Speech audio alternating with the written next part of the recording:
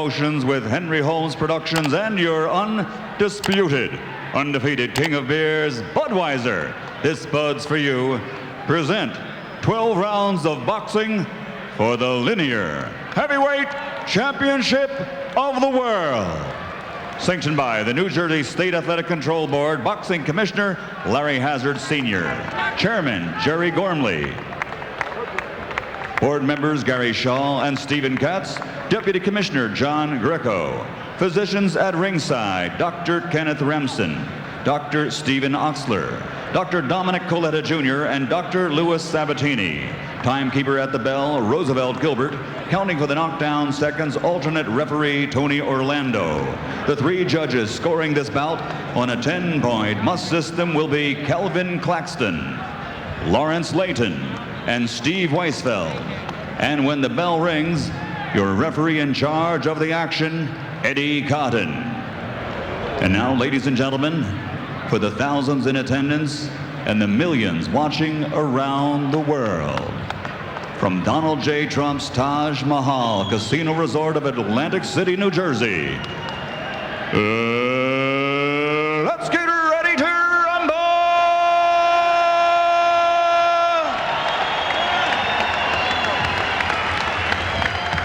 Introducing first, fighting out of the blue corner, wearing white trimmed with black, he weighs 227 pounds. His professional record, an excellent one, 29 victories, including 24 knockouts with only one defeat. Tonight, he plans on taking another step towards his goal to become the world champion. Ladies and gentlemen, from Brooklyn, New York, here is the challenger, Shannon.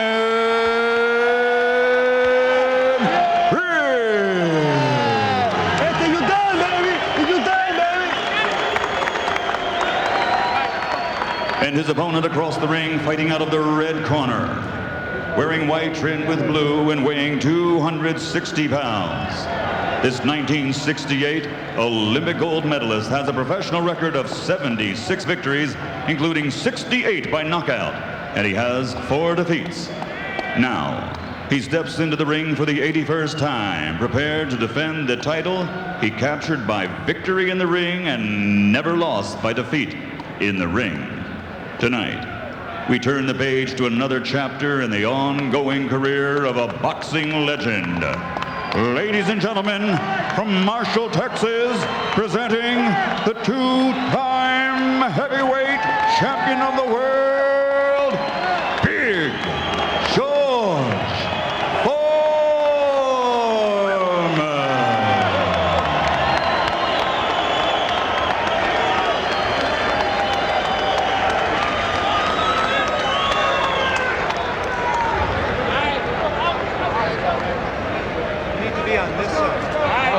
You come on this side. Okay.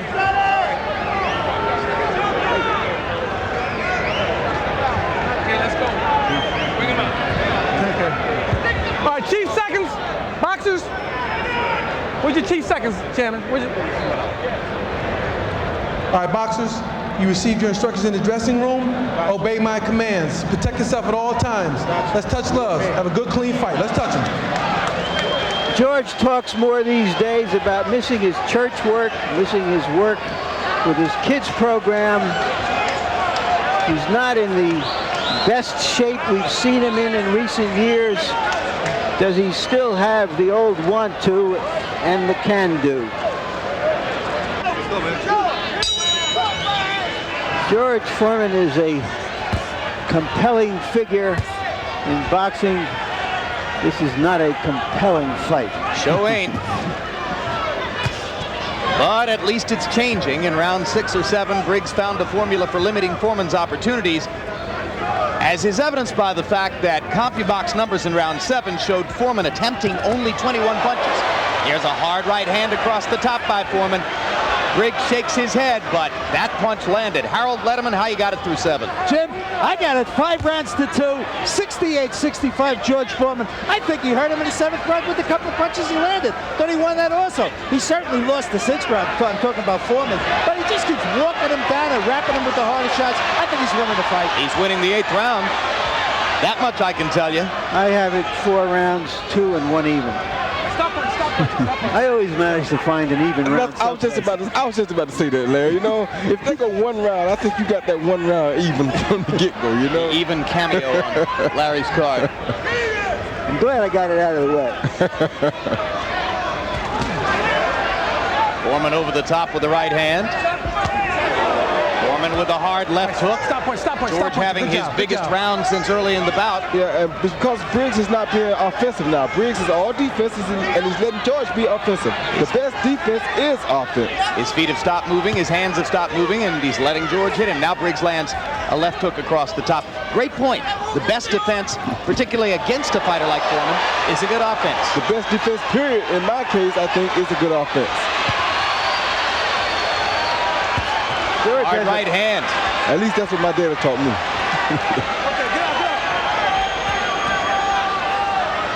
And he taught you well.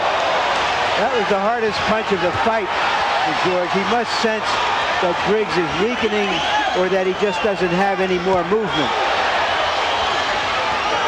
Why is Briggs standing straight up here taking these punches is what I would like to know.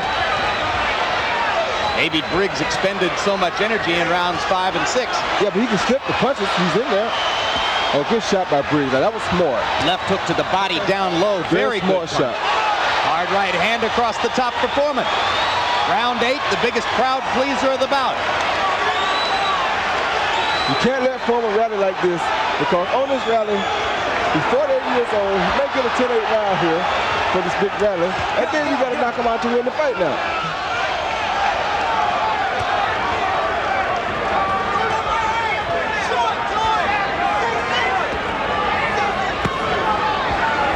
Love that left hook to the body if Briggs will keep throwing it. That's a very good idea.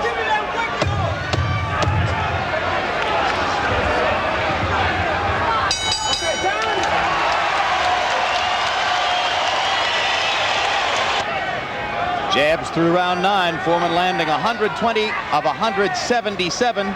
Briggs 44 of 104.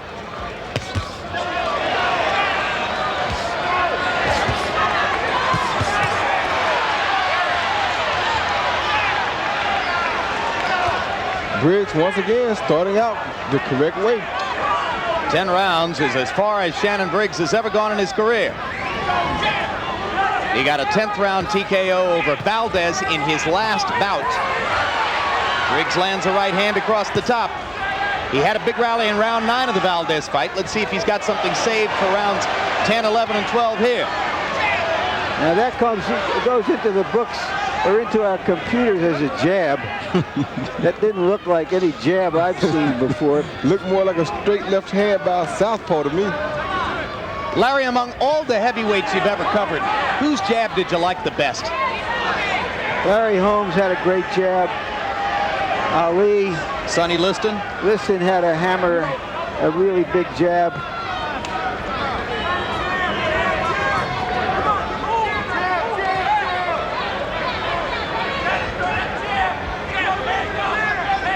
I don't think anybody depended on the jab as much as Larry Holmes did. Larry's here tonight in the crowd. Stop punching.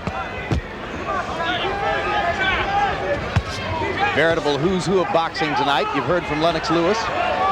Brunell Whitaker sitting in the row right behind us. Young heavyweight Michael Grant Pick him up. That's close. here to observe his compatriot Briggs. David Tua fought on the undercard.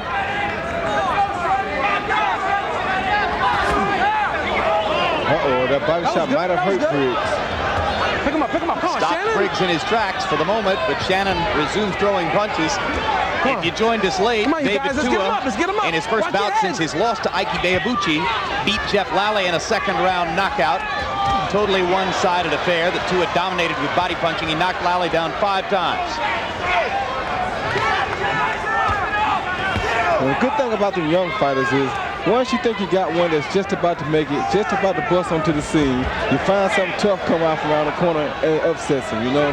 That's why I like to see the young guys fight so much.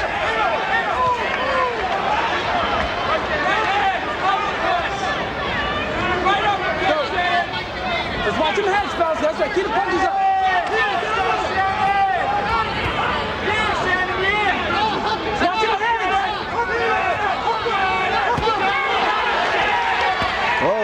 a good body shot by Shannon. Hard right hand to the body, sets up a combination up top. Foreman feels the need to come back with a certain fury, but Shannon Briggs with some very effective stuff in round 10. Steady, steady, don't get sloppy, okay? Let's see a lot of jab. Round 12 of George Foreman's 81st professional bout.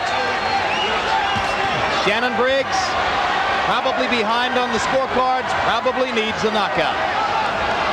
I think so. Foreman trying for the knockout with that hard right hand over the top, but it was short.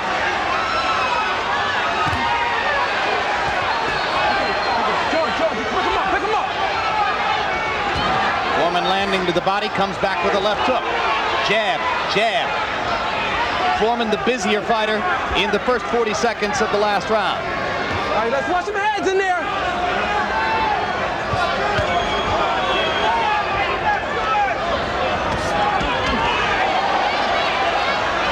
Good 1-2 combination by George. A left hook followed by a right hook.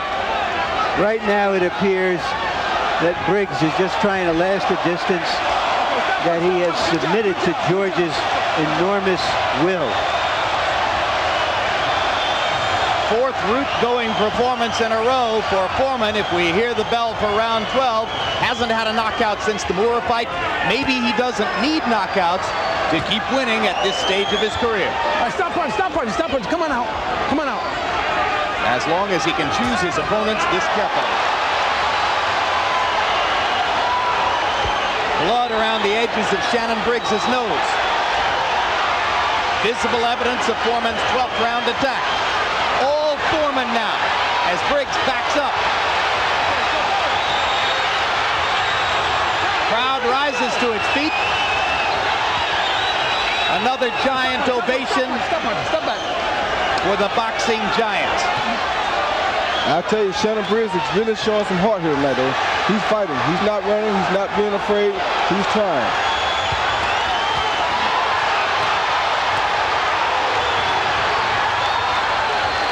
He's letting it all hang out. Good job. But George may be the most incredible thing I've ever seen. Briggs landing a left hook inside. Foreman coming back with a left right of his own. 30 seconds to go. Okay, stop punching. Good job.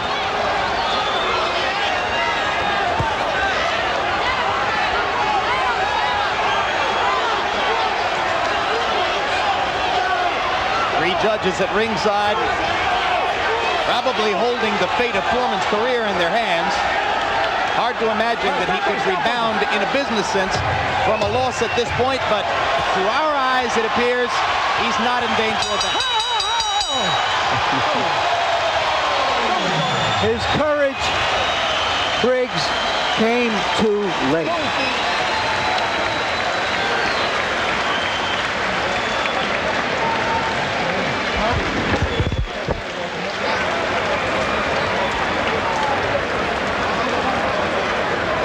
And you saw what were no doubt words of encouragement and support from George Foreman to the man whom Foreman no doubt believes he has just defeated. Harold Letterman, how'd you finish up with the scorecard? Well, Jim, once again, I'm not one for giving a fight to a guy that runs away. And certainly Shannon Briggs ran for 12 rounds from George Foreman. Judge took it to him. I think he deserves this fight. 116, 112, 8 rounds to 4, George Foreman. I just loved him on effective aggressiveness. I thought he landed the harder shots. Shannon Briggs did see his blood in the 12th round and certainly didn't fold up. He punched back, but even still, George took it to him. George landed the harder shots. George did more damage. Foreman by a decision, 8-4.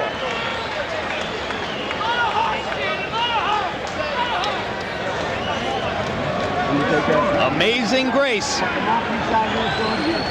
under pressure in the late rounds from Foreman. Came out and seized the 12th round to punctuate his statement to the judges. And you wonder, how can a 48-year-old man continue to come out and outwork these young guys? It's just so unbelievable. Well, what amazes you more? What he did here tonight, or that video of him pulling the Jeep up a hill strapped to his back? Of course, you know that Jeep is the most amazing thing I ever seen. And final CompuBox punch stat numbers for this bout. Foreman landing 284 out of 488. Briggs throws 6 more punches but lands 61 fewer. Foreman with that extraordinary 58% connect percentage, made even more extraordinary by the fact that to the layman's eyes, every punch appears to be thrown in slow motion. Jabs. Foreman landing 157 out of 230, 68%. It's almost as if he walks up and says, I'm going to hit you with the jab, and you're not going to be able to stop it. Briggs, 57 out of 135, respectable, but probably not enough. Let's go to Michael Buffer. From the Trump Taj Mahal in Atlantic City, we go to the Budweiser scorecards. Steve Weisfeld scores the bout 114 to 114. He has it even. Lawrence Layton scores the bout 117 to 113. And Calvin Claxton has it 116 to 112 for the winner by majority decision and new linear heavyweight champion of the world, Shannon Briggs.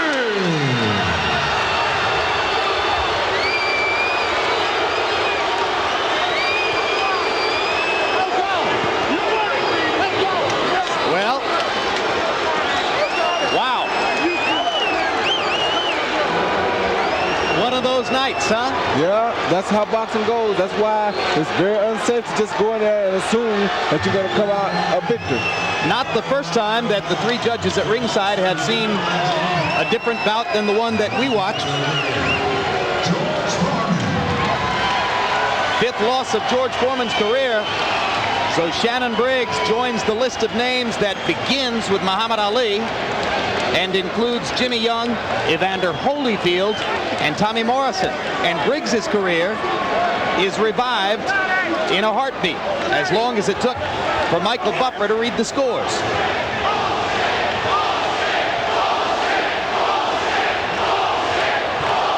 Audience does not agree with the decision.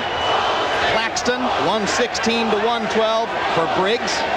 That's a simple 8 rounds to 4 for Briggs, including 6 of the last 8 rounds to Briggs in Claxton's scorecard. Lawrence Layton, 117 to 113 for Briggs, including 7 of the last 8 rounds to Briggs. And Steve Weisfeld is the man who saw it even at 114 apiece. He gave each of the last 2 rounds to Foreman, and indeed, Weisfeld gave 4 of the last 5 rounds to Foreman, while the 2 other judges were giving 6 of 8 and 6 of 7